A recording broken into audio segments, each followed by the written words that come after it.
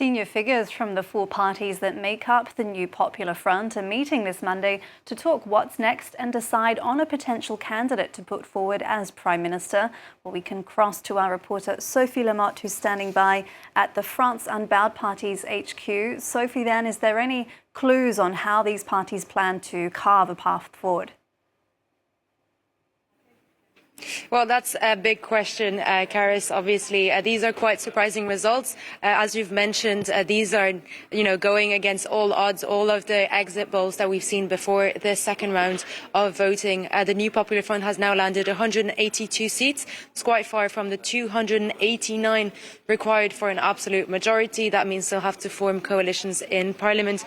Before that even happens, they'll have to find consensus within their own coalition, within their own parties. We're just outside the France Unbowed party. We're expecting to see many of the party members come here, discuss what they're going to do next, essentially, how they're going to select a Prime Minister, who they're going to select as Prime Minister. As you know, the New Popular Front ran these elections without a figurehead. That's because it would have been a lot more difficult to find consensus with other parties.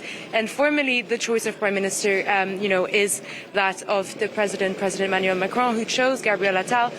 Gabriel Attal is expected to give in his resignation today. He said he'd stay in a position as long as needed, but he'll essentially be vacating the job. And now the New Popular Front is expected to put a name forward as a new Prime Minister to replace Gabriel Attal. They'll have to work through a lot of disagreements in order to select that person, though.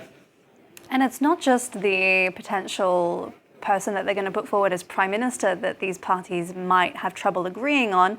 These parties have typically had, long-held divisions over a number of issues. Can we see them overcoming this to unite? Absolutely. We've seen foreign policy especially be quite a divisive issue within the coalition, with each party having their own stance on things like Gaza, for example.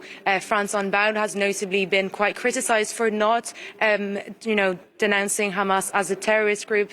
We've seen some internal conflict after the European elections, with Raphael Glucksmann, the head of the Socialist Party, really been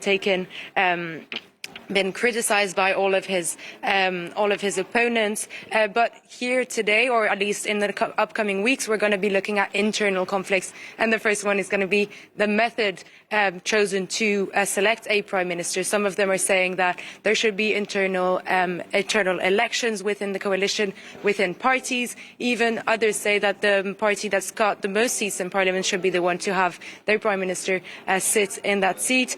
So even the method of choosing a Prime Minister is up for grabs, and we don't really know what's going to happen there. We'll have to see if they manage to find common ground.